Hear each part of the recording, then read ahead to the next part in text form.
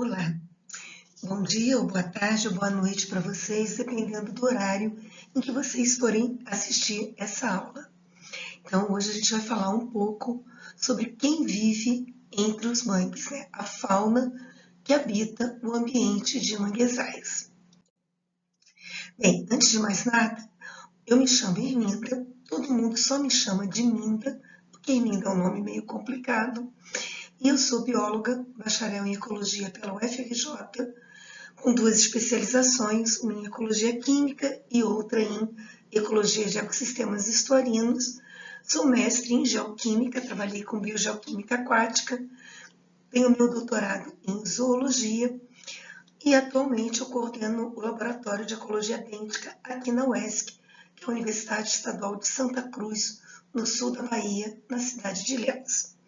Vocês já tiveram a oportunidade de ouvir apresentações de outras pessoas, e eu vou tentar também colocar um pouco para vocês.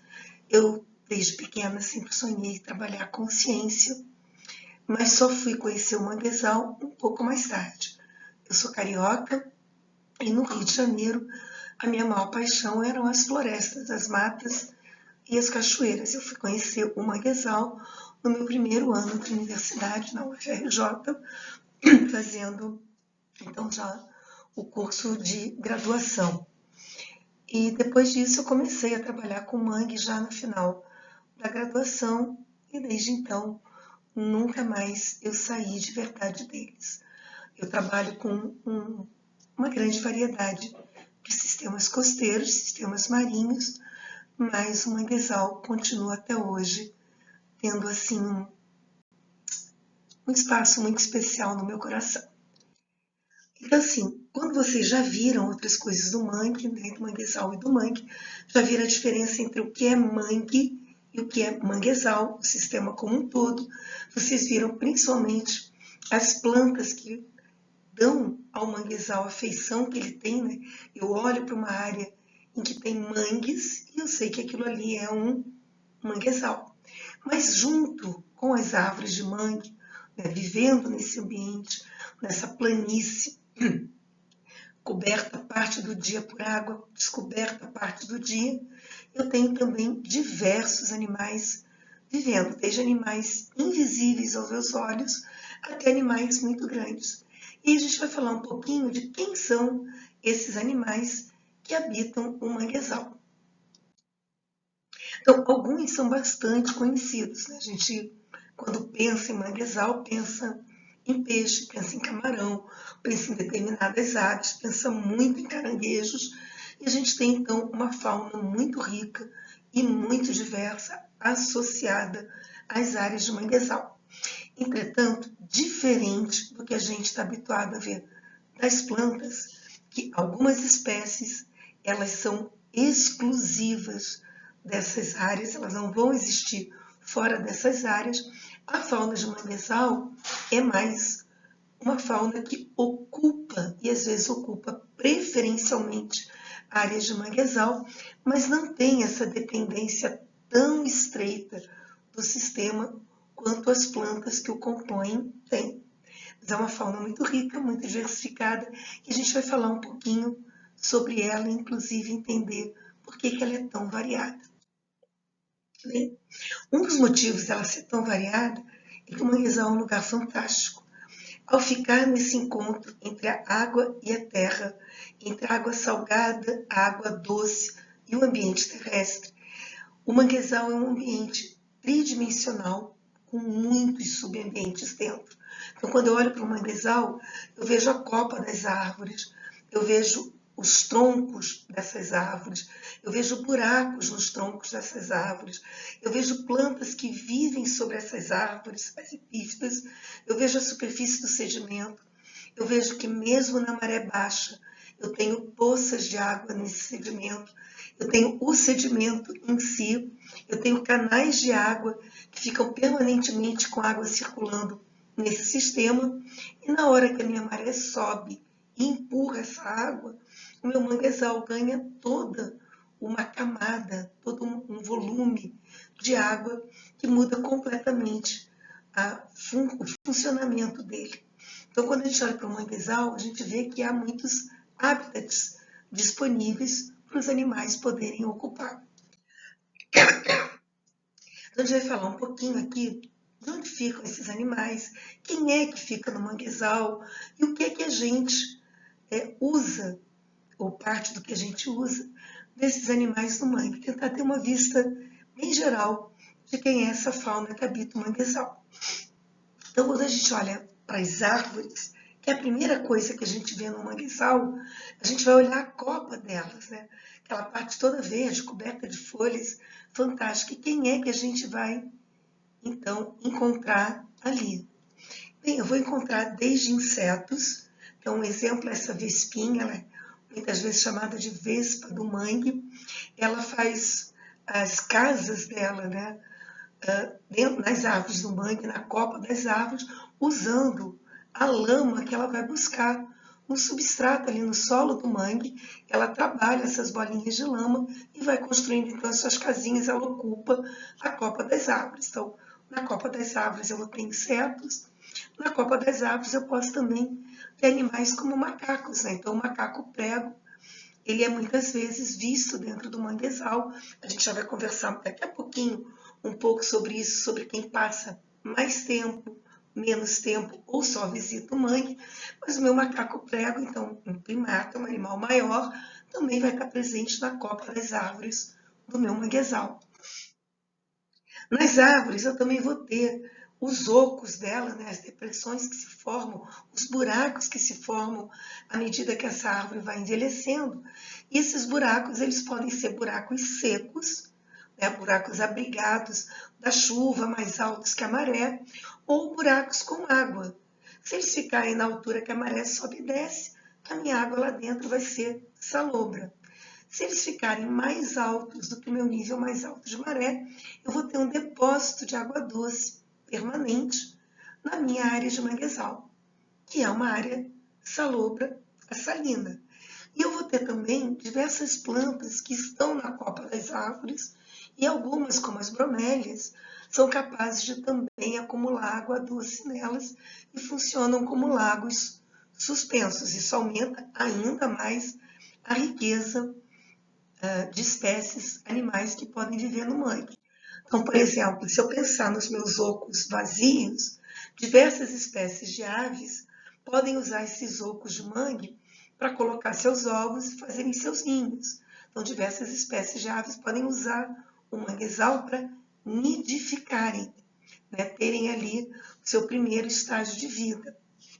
Alguns mamíferos de pequeno porte, como ratinhos, como gambás, como cuícas, também podem usar a área de manguezal e usarem esses ocos, né, para passarem a sua vida, ou parte da sua vida ali, e principalmente para cuidarem dos seus filhotes.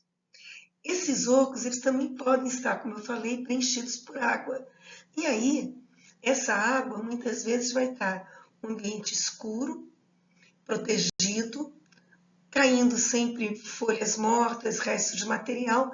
Então, eu tenho uma água rica em matéria orgânica, um ambiente que fica de mais difícil acesso para um predador, e ali diversas espécies, principalmente de invertebrados, vão poder se desenvolver. Então, entre outras, né, eu vou ter também as larvas de mosquito, larvas diferentes, insetos que vão ter a sua fase inicial de vida nesses corpos d'água. Por isso também muitas pessoas acabam associando o perigo de determinadas doenças que são transmitidas por mosquitos a áreas de manguezal. Mas, na verdade, esses animais, né, eles ocupam essa área quando eu tenho esses espaços para acumular água e, na verdade, num ambiente saudável de manguezal, poucas espécies que realmente são vetoras para o homem vão se desenvolver tão bem assim. Por quê? Porque, como a gente vê aí no cartaz, o principal local para essas espécies se desenvolverem é no lixo, que fica depositado, acumulando então água. Por quê? Porque lá dentro dos meus ocos nas árvores, eu tenho tantas espécies diferentes que elas vão se controlar à medida que uma come a outra. E aí as minhas larvas de insetos tem diversos predadores. Isso faz com que, num ambiente de manguezal saudável, eu tenha muitos menos vetores do que eu vou ter, por exemplo, num ambiente onde eu tenho lixo. Agora, se eu tenho lixo no meu manguezal, eu também vou acumular a água nesses ambientes muito mais simples, muito menos complexos, e aí as minhas larvas de mosquitos, que são vetores, vão se desenvolver melhor. Além dos meus ocos de árvores, eu tenho também as minhas bromélias acumulando água, e também nelas eu vou ter uma quantidade muito grande e muito diferente de organismos. Eu vou ter desde pequenas minhoquinhas de água até caranguejos vivendo dentro da água dessas bromélias, como a gente vê aqui e aqui, e se desenvolvendo. Tem, inclusive, algumas espécies de caranguejo, não no Brasil, mas que vivem todo o seu ciclo de vida dentro da água de bromélias. As nossas espécies aqui, elas usam a água de bromélia para viver, para crescer, para se desenvolver, para se alimentar, mas na hora de desovar, na hora de preparar a futura geração, eles têm que descer dessas bromélias, descer dessa árvore, vir então para o substrato do mangue para namorarem e depois para liberarem seus ovos na água salobra ou até mesmo na água salgada. Ainda pensando nas árvores, eu vou ter os troncos das árvores, então, não os ocos, mas os troncos em si, e nesses troncos eu vou ter diversos tipos de espécies habitando ali. Então, por exemplo, eu vou ter ostras, né, que são inclusive uma espécie que nos interessa muito. Nós comemos ostras são um recurso importante, mas também temos, por exemplo, caranguejinhos, né, como esse almofadinho, esse caranguejinho que está aí do lado, que ele sobe e desce na árvore e fica principalmente a maior parte do tempo no final do meu tronco e na minha copa. Bem, além desse sistema, né, nos troncos, nas raízes escoras, nos troncos, nos pneumatóforos, que vocês já viram nas outras aulas, né, o que são, eu vou ter também o crescimento de uma alga, ou na verdade é um grupo de algas, mas o gênero mais importante é o Bostrychia, e por isso a gente chama esse subsisteminha de Bostrichietum. Essas algas, elas crescem nos pneumatóforos, nas raízes escoras e nos troncos, e elas vão abrigar uma quantidade muito grande e muito rica, espécies de anelídeos, espécies de moluscos, espécies de crustáceos, de tamanhos muito pequenos, que vão se desenvolver ali.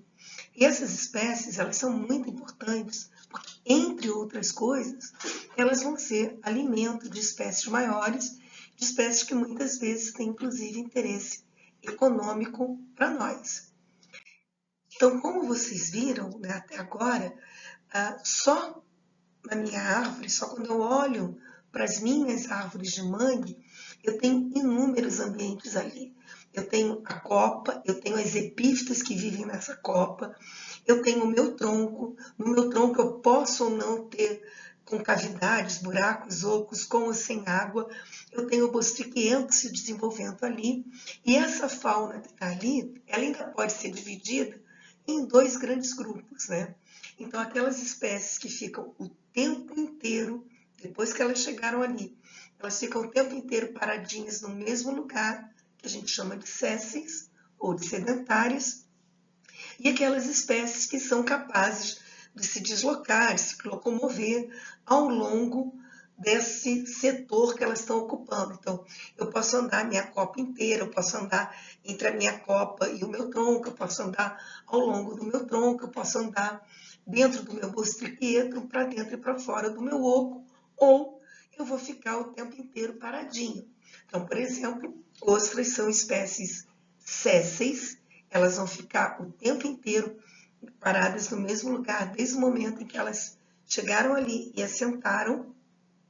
E os meus caramujos de mangue, por exemplo, eles vão se deslocar ao longo do meu tronco à medida em que a maré sobe e desce. Então, tem espécies sésseis e espécies vágeis associadas às minhas árvores de mangue.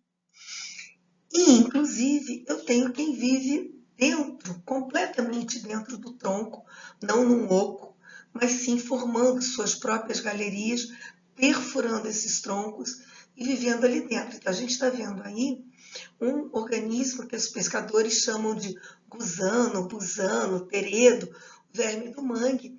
Na verdade, é um bivalve, é um parente da ostra, mas a larva, quando chega, fura a madeira e aí vai construindo ali dentro o seu túnel, vivendo e crescendo. E em muitos lugares, ele é um recurso alimentar extremamente importante. Então, a gente vê que as árvores do mangue, a árvore em si, é usada por diferentes grupos animais em diferentes partes deles. Então, são muitos ambientes diferentes, sustentando essa riqueza toda, essa variedade toda. Depois que a gente acabou de correr os olhos da gente ao longo das árvores, a gente vai olhar para o sedimento, ali para o solo do mangue. A gente não usa muito o termo solo para mangue, porque não é exatamente um conceito de agricultura, né? Embora a gente possa plantar coisas em áreas de manguezal. Mas aqui a gente chama mais de sedimento, e a superfície desse meu sedimento, ela também vai sustentar animais de diferentes grupos. Então, a gente tem aí um exemplo, que é o aratu marinheiro, né? Ou marinheiro, que é uma espécie, inclusive, que a gente coleta, né? Captura e come, e ele ocupa ali a superfície do meu sedimento. Ele corre ali sobre o fundo do mangue e se esconde em toquinhas que ele faz. Nas minhas poças d'água, eu também tenho outras espécies. Um exemplo aí são os tapas, né? Ou os linguados de pequeno porte, que ficam muitas vezes nessas pocinhas que se mantém, a água desce e a poça permanece com água, e algumas espécies ficam ali esperando a maré subir de novo. Então, um exemplo que a gente tem é o linguado. Então, é um outro tipo de sistema no meu sedimento, e eu vou ter o próprio sedimento. Então, os organismos que crescem e vivem dentro do meu sedimento. Um exemplo aí é um poliqueta. O poliqueta é um parente das minhocas terrestres, né? Então, uma minhoca dos ambientes aquáticos, principalmente dos ambientes marinhos e salobros. E do lado, uma espécie que vocês devem conhecer melhor, que é o sururu, é um bivalve, que também fica enterrado na lama do mangue.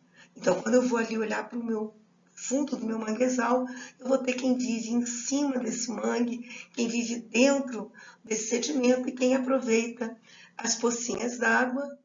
E, de novo, eu tenho organismos que se movimentam com muita facilidade e outros que vão ficar parados, vão ocupar um único lugar quando chegarem nele. Então, tem organismos vágeis e sésseis. Mas como o meu ambiente de fundo, o meu sedimento do mangue, ele é molinho, né? Eu vou ter organismos que vão ficar por cima do sedimento, que eu vou chamar de epifauna, a fauna que fica em cima, caranguejo, siri, caramujo, peixes, e eu vou ter a minha infauna, a minha fauna que fica lá enterradinha dentro da lama do mangue, poliquetas, crustáceos bem diferentes, bivalves, né? Bivalves como o próprio sururu, que vão ficar enterrados, escondidos dentro da lama do mangue. E aí eu tenho, por exemplo, uma espécie vágil, né, do substrato do mangue, que é um caranguejo ermitão, e do lado eu tenho uma espécie de bivalve que fica enterrada na lama do mangue, e que também é uma espécie que a gente come, que é uma quione. Outra coisa que eu vou ver no meu sedimento é que, mesmo quando a maré baixa completamente, eu tenho canais de água nesse sistema, canais que ficam permanentemente com água, mesmo quando a minha maré baixa.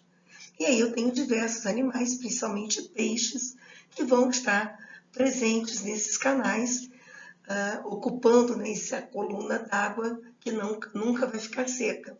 Aí na imagem, um animal que talvez vocês nunca tenham prestado tanta atenção, mas que ele é comum de entrar dentro de áreas de manguezal com a maré cheia e com salinidades um pouco mais altas, que é uma lesma do mar, uma bailarina do mar, é um molusco, né, que não apresenta concha externa. São animais muito bonitos, muito interessantes e que vão, às vezes, entrar dentro das minhas áreas de manguezal, nesses canais de maré. Além disso, eu vou ter a minha coluna d'água, quando a minha maré está cheia, então meu manguezal está todo dentro d'água. E aí, nessa coluna d'água, eu também tenho muitos animais. Animais de tamanhos muito diferentes e animais com também diferentes capacidades de locomoção. Então, eu tenho organismos muito pequenos que são carregados pela água para dentro e para fora do manguezal, que correspondem ao meu plâncton, e eu tenho organismos que conseguem se movimentar dentro dessa água na direção que eles quiserem. São animais de maior porte que conseguem, enfim, vencer a resistência da água. Então, eu tenho medusas, eu tenho peixes de diferentes grupos, eu tenho mamíferos, eu tenho répteis. E a gente pode ver aqui, por exemplo, alguns animais que vivem no plâncton. Isso que vocês estão vendo são larvinhas de crustáceo. Mais um pouquinho para frente, vocês vão ver até de quem são essas larvinhas. Então, quando o meu ovo ele eclode, ele libera um jovenzinho que não parece nada com o adulto. Conforme ele vai crescendo, é que ele vai ficando cada vez mais parecido. Então, a gente vai ver que essa fase que ele está aí no plâncton, eu tenho desde lá na letrinha A os ovinhos, depois o primeiro estágio de desenvolvimento na B, aí no terceiro estágio de desenvolvimento já começa a ter uma carinha de caranguejo, e lá no meu último estágio, antes de eu ir para o sedimento, eu já pareço mesmo com um caranguejinho, né? E aí eu tenho também os meus animais de maior porte, então eu vou ter peixes, como por exemplo o robalo, que é um peixe extremamente apreciado para a culinária. Eu vou ter peixes como bagres vivendo dentro da área do meu manguezal. Eu vou ter mamíferos como o peixe-boi marinho e como a lontra do mangue ou ariranha que entram nas áreas de mangue, que utilizam eles para pescar. E eu vou ter, por exemplo, também jacarés como o do papo amarelo, tartarugas, cobras visitando essa área do manguezal. Além desse espaço de terra e de água, que ao longo do dia muda muito de feição, porque a minha maré sobe e desce, eu ainda tenho um espaço aéreo desse meu manguezal, tanto quando a água está alta, em que então eu vou ter a minha copa fora d'água no ar, quanto quando a minha maré baixa, que aí eu vou ter o meu ar chegando, né, até o sedimento. E aí, nesse ambiente aéreo, eu vou ter diversos organismos que são voadores, né, que se deslocam no ar. Então, eu vou ter insetos, eu vou ter diferentes espécies de aves. A gente está vendo aí uma garça azul, a gente está vendo aí uma garça branca. E eu vou ter mamíferos, como os morcegos, porque os morcegos, eles também habitam áreas de manguezal. E eu tenho, inclusive, algumas espécies de morcego que se especializam não só em consumir os insetos e as frutas e o pólen, como a gente está habituado a ver em ambientes de terra firme, mas eu tenho morcegos vivendo em áreas de manguezal, que são morcegos pescadores. Então, na área de mangue, eu tenho morcegos que vão usar o pólen das plantas de mangue, eu tenho morcegos que vão comer insetos que vivem nas áreas de manguezal, mas eu também vou ter morcegos que vão pescar nas áreas de manguezal quando a maré sobe. Então, dentro da área de mangue, eu vou ter toda essa fauna, ela vai ter desde organismos, né, desde animais, que vão passar toda a sua vida, ou pelo menos toda a sua vida adulta, na área de manguezal, aqueles que vão passar uma partezinha do tempo e aqueles que só vão lá de vez em quando, mas todos eles estão ligados ao meu mangue usando os recursos que o meu manguezal oferece. Então, de quem fica, a gente tem aqueles que a gente chama de residentes no manguezal. E aí esses residentes podem ser residentes permanentes, residentes de longo prazo, residentes estacionais, residentes parciais. Vamos ver que existem algumas pequenas diferenças aí para a gente entender. Então, por exemplo, quem não tem um residente permanente? Bem, um residente permanente, pelo menos quando se torna adulto, né, é o meu caranguejo de mangue. Ele vai viver toda a vida adulta dele nas áreas de manguezal.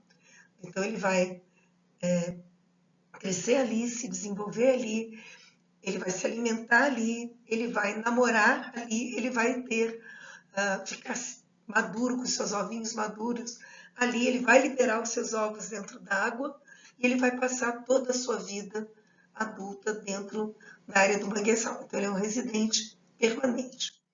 Um residente de longo prazo, por exemplo, é o morcego pescador.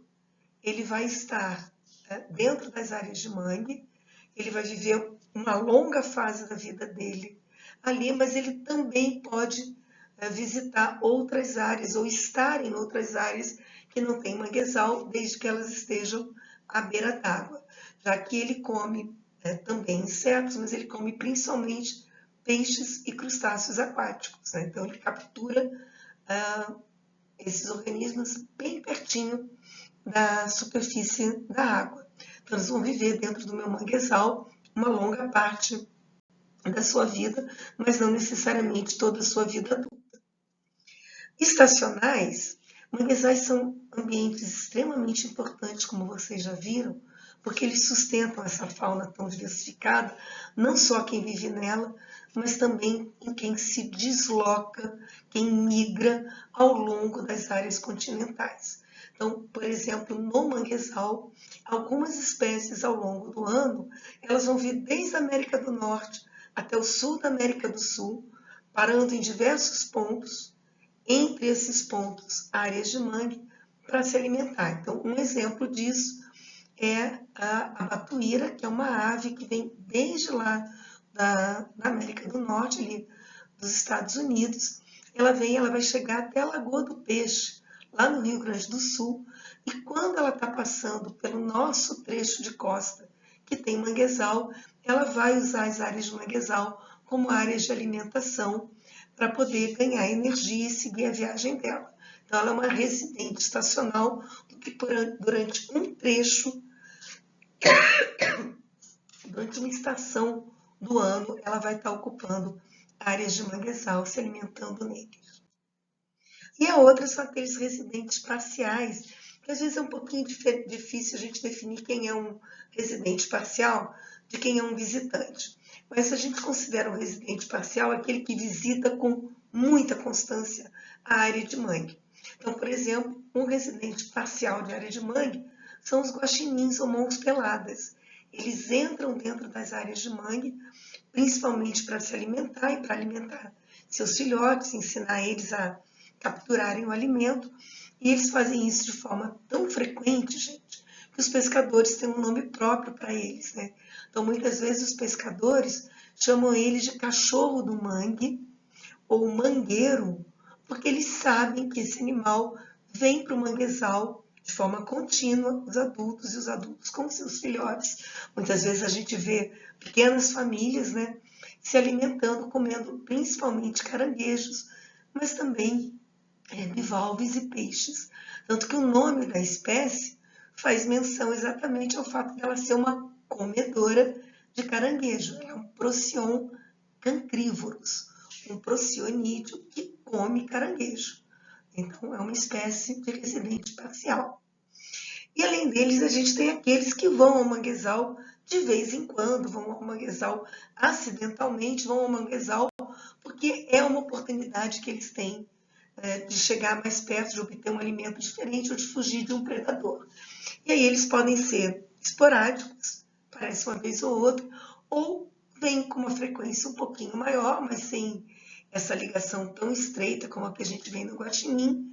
Então vem atrás de uma oportunidade, normalmente buscando alimento ou refúgio. Então a gente tem tubarões, como cabeça chata, que entra em áreas de manguezal para se alimentar. A gente tem cobras, como a jiboia, que vem pela copa das árvores para consumir ninhos, os ovos, né, nos ninhos, e aves nos ninhos e os pequenos roedores que ela vai encontrar. ali os pequenos também marsupiais. Eu vou ter as capivaras, que entram em áreas de manguezal para se banhar, para se refrescar, para comer vegetação que esteja ali associada ao mangue. Eu vou ter macacos como o bugio, os tapires, as ancas e os ratinhos, né? A gente tem um ratinho que ocupa áreas de mangue, ele ocupa os ocos secos do mangue, então ele vem, fica ali, cata alimento e sai depois, vai fazer outras coisas. Então são visitantes esporádicos na minha área de mangue. E aí eu acho que vocês já viram até agora, né, que entre quem vem e quem vai, o manguezal é um grande berçário. O manguezal é a mãe da vida marinha principalmente, porque diversas espécies que a gente conhece de animais vão se desenvolver, vão precisar do manguezal, pelo menos em algum momento da sua vida, para se desenvolver. Então, por exemplo, para vocês, a gente tem inúmeros outros, né? Camarão faz a mesma coisa, siri faz a mesma coisa. Os meus adultos, eles vão estar lá no mar aberto, mas quando eles desovarem, essas larvas vão para dentro das áreas de manguezal. Nas áreas de manguezal é que elas vão se desenvolver, crescer, e quando elas já estiverem com um tamanho maior, quando elas já forem juvenis, jovens adultos, é que elas saem da área de manguezal, vão vir para áreas que são associadas, que a gente chama de pradarias marinhas, né? E muitas vezes até para as áreas de Recife, porque esses sistemas todos se interconectam. E aí eu vou pescar o meu peixe adulto ali fora, mas aquele peixe adulto ali fora só existe porque ele se criou dentro do manguezal.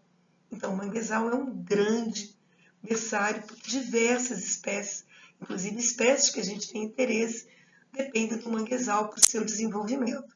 Então, muitas das espécies que a gente se alimenta, elas vão ser capturadas dentro da área de manguezal, e aí a gente vê aí na foto, né, um sisteminha de cerco, que em muitos manguezais ainda é uma forma tradicional dos pescadores capturarem os peixes, né? Então eles montam os cercos quando a maré está alta, que os peixes entraram no mangue, e quando a maré começa a descer, esses peixes saindo do manguezal ficam retidos nesses cerquinhos. Eles fazem cercos, armadilhas, em que o peixe entra, ele fica preso, mas continua se alimentando e crescendo ali dentro.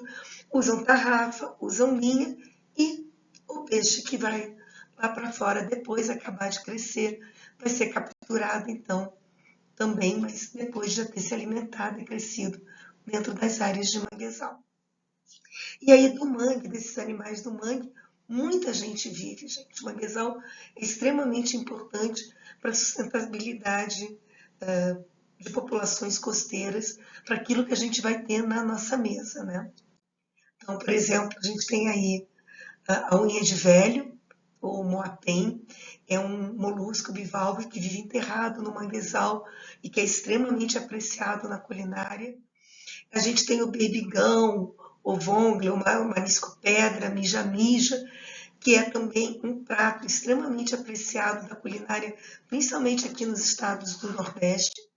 A gente tem o sururu, né, que também vive na lama do mangue e que tem uma importância, inclusive, para a gastronomia de alguns estados do Nordeste. Ele chega a ser parte do patrimônio imaterial de alguns estados. A gente tem o caranguejo verdadeiro do mangue, né, os cílios cordados, e aí vocês veem que aqueles organismozinhos, aquelas coisas pequenininhas que a gente viu no zooplâncton, né, lá no compartimento do plâncton, são simplesmente os estágios iniciais da vida do nosso delicioso caranguejo de mangue. E embaixo vocês vão estar vendo as tocas do caranguejo, as tocas dos cílios cordados, e vocês vão ver uma coisa muito interessante. Algumas tocas são bem lisinhas, as outras tocas parecem que estão todas arranhadas. E o que isso significa? Bem, segundo os catadores de caranguejo, que a gente acompanha, que a gente vai aprendendo muito com eles, as tocas que são lisinhas são tocas de fêmea. Não vale a pena ele pegar e buscar a fêmea lá no fundo, porque a fêmea é protegida. As tocas que são raspadinhas, que são varridas, são as tocas do macho. O macho é muito peludo nas pernas. E aí ele sabe que ali é uma toca que ele pode buscar um macho e vai poder, então, comercializar esse animal. Esse é um recurso tão importante que a gente tem mecanismos de defesa de períodos onde ele deve ser protegido e não capturado. A gente precisa entender que para capturar esse animal é necessário que haja uma forma bastante especial, bastante específica de buscar ele, que é praticada por essas comunidades tradicionais, que sabem então reconhecer quem é macho, quem é fêmea, que pelo tamanho da toca sabem o tamanho do animal e que causam muito menos impacto na hora de obter esse recurso. A gente tem também aí o nosso Goniopsis cruentata, né, que é o aratu marinheiro, que também é muito consumido aqui para o nordeste do Brasil. Então a gente tem ele aí vivinho na natureza e já cozido para tirar o filé, né, fazer o catado de aratu. A gente tem o siri, então são diferentes espécies de calinectes, o siri azul, o siri do mangue, o siri grande, e ali acima a gente vê uma casquinha de siri, que é uma das formas que a gente consome esses animais. E é uma coisa bem interessante, quando a gente pensa no manguezal, uma das primeiras coisas que a gente pensa nos milhares de tipos de caranguejos diferentes que a gente tem. Isso chama tanta atenção que o Chicolan, que é um artista plástico, ele criou, com a função de usar para a educação ambiental de áreas de mangue, ele criou a Turma do Mangue. E a Turma do Mangue é composta por diferentes espécies de caranguejo que habitam áreas de manguezal. Então, a gente vai ter aí o uçá, a gente vai ter o siri, a gente vai ter diferentes violonistas. Então, são todas espécies que a gente tem, desculpa, gente, na nossa área de manguezal. Tá? Então, aí a gente tem, por exemplo, um violonista que é chamado de tesourão, que, como vocês veem, o primeiro par de pernas dele modificado faz uma quela, né, muito grande, muito visível, e é muito legal porque ele avisa para a gente que esse é um mangue bem molinho, que a gente vai afundar bastante. A gente tem outras espécies, como essa, né, que é o taieri, que também tem uma pinça grande, mas bem diferente já, e que ele é um animal que já vai me avisar que ali eu não afundo tanto. E por que isso, gente? Porque cada um deles explora um tipo de tamanho de grão. Isso é uma coisa muito bacana da gente ver também como é que esses animais eles vão estar adaptados aos diferentes tipos de substrato, né, de sedimento que eles vão encontrar dentro das áreas de manguezal. E aí, para a gente ir já caminhando para o final da nossa aula, né, dentro do manguezal, uma das coisas que eu vou conversar, a gente já viu tanta coisa que a gente, que é humano, gosta de comer vindo do mangue, mas no manguezal eu também posso mostrar muitas relações de quem come quem dentro do manguezal. Então, pensando naquelas teias tróficas que a gente conversa, que a gente apresenta, que a gente explica, eu também tenho elas acontecendo dentro das áreas de manguezal, só que uma coisa que é bem interessante no mangue é que a base da minha teia trófica é principalmente formada pelos detritos das minhas folhas de mangue. Então, diferente de outras teias tróficas de ambientes aquáticos, em que a minha base são ou o fitoplâncton ou macroalgas, no manguezal a minha teia é basicamente os detritos das folhinhas das minhas árvores de mangue, quebradas, trabalhadas, processadas, colonizadas, e que aí vão servir de comida. E aí, essa é uma forma geral de ver, mas diversos eventos de predação, né, quem come quem, vão acontecer dentro da área de mangue. Então, aí um exemplo para vocês verem, a gente tem um gastrópodo, que é a Pugilina morio, e o alimento predileto dela é o nosso berbigão, que é a Anomalocardia flexuosa. Então, ela caminha sobre o chão do mangue, né? Então sobre o meu substrato, sobre a lama, ela percebe com o pé dela os movimentos do berbigão dentro da lama e ela captura, e é tão forte esse pé dela que ela vai abrir essa concha e vai consumir o conteúdo, né? Vai aspirar o conteúdo, ela vai consumir a anomalocardia, é um exemplo de predação dentro da área do mangue. Bem, eu acabei de dizer para vocês que uma coisa muito importante no manguezal é exatamente essa produção de folhas, já que a base da minha vida no manguezal vai começar lá com os detritos das folhas. E aí eu tenho insetos no mangue, a maioria convive de forma bastante equilibrada, porque eu tenho relações em que populações são controladas por populações de outros organismos, mas em manguezais que sofrem algum tipo de desequilíbrio, causados principalmente pelas nossas ações, eu posso ter a população de algum organismo crescendo de forma muito grande e começando a desequilibrar esse sistema todo. Então, a gente já teve muitos registros em diferentes manguezais ao longo do Brasil, em que, por conta de modificações que nós provocamos, a gente teve um crescimento muito grande da população de lagartas de um tipo de mariposa. E essas lagartas, elas comem o manguezal todo. Elas desfolham o manguezal todo. Elas deixam as árvores de mangue sem nenhuma folha. O que significa que eu deixo de ter o recurso para o resto da minha teia trófica. Então isso é muito, muito, muito perigoso.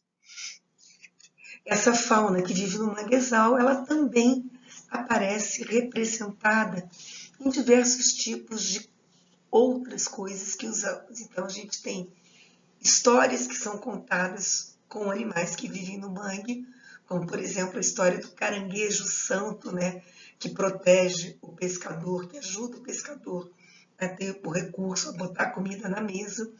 A gente já teve uma linha de selos produzida no Brasil, em que as minhas estampilhas, os meus selos eram animais do mangue. E a gente tem essa nota, né, de 20 pesos, uma moeda mexicana, em que a nota é com as árvores de mangue e com um jacaré e uma garça habitantes ali da área de mangue. Então, eu represento esses organismos em diversas outras atividades da minha vida. E aí, já me despedindo de vocês, esperando que vocês tenham achado bastante interessante os organismos do mangue, que fiquem muito curiosos para saber que outros animais existem no manguezal. Eu me despeço com uma tirinha do Chico Lã, né? Agradecendo por toda a riqueza que o manguezal representa para todos nós. Obrigada pela atenção e fico à disposição para conversas, para momentos em que vocês achem interessante. Obrigada, gente. Tchau.